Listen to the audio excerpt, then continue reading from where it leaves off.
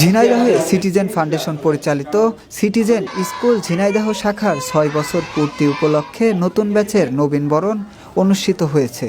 বৃহস্পতিবার শহরের কুটুম কমিউনিটি সেন্টারের দ্বিতীয় তলায় এই অনুষ্ঠানের আয়োজন করা হয়।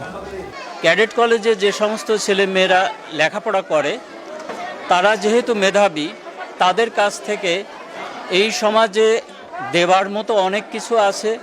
স্কুল যেহেতু তারা করেছে, নিশ্চিতভাবে তারা ভালো কিছু এই সমাজকে দিতে পারবে।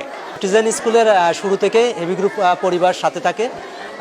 2019 সাল থেকে আমরা সিটিজেন স্কুলের সর্বোচ্চ তাদের সহযোগিতা করে থাকি।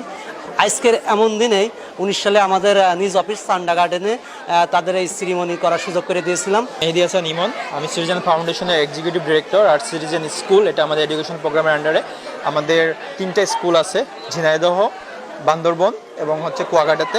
আমাদের সিটিজেন স্কুল ঝিনাইদহ শাখার আজকে 6 বছর পূর্ণ হলো এবং এই পূর্ণতা উপলক্ষে আমরা প্রত্যেক বছরই একটা প্রোগ্রাম করি। এটা প্রি প্রাইমারি গ্র্যাজুয়েশন প্রোগ্রাম। যারা নতুন ক্লাস 1-এ ওঠে ওদেরকে আমরা বরণ করে নিই এবং ওই বাচ্চাগুলোকে সুন্দরভাবে আগামী দিনে আমরা ওদের একদম যতদিন পর্যন্ত ওরা আমাদের আন্ডারে থাকবে ওদেরকে দেখাশোনা করার দায়িত্ব আমাদের থাকবে। সিটিজেন স্কুল অনেক ভালো। আমার বাচ্চাকে দিয়েছি, বাচ্চা অনেক আগের বারটা একটু খারাপ রেজাল্ট করছিল, এবারটা অনেক ভালো রেজাল্টই করেছে।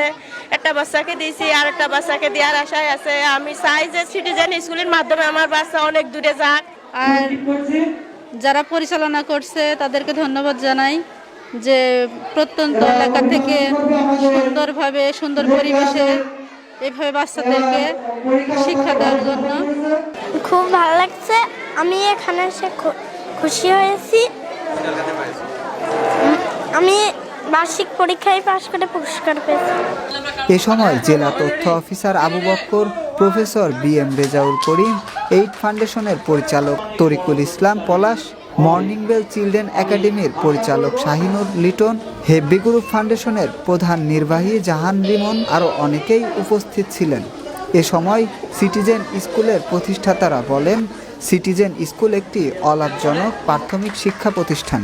কিন্ডারগার্টেন শিক্ষা ও পদ্ধতি দিয়ে গ্রামের প্রত্যন্ত অঞ্চলের সুবিধাবঞ্চিত শিক্ষার্থীদের আধুনিক শিক্ষার আওতায় আনার চেষ্টা করে যাচ্ছেন। এমন আয়োজনে খুশি ছিল শিক্ষার্থী ও তার পিতামাতা।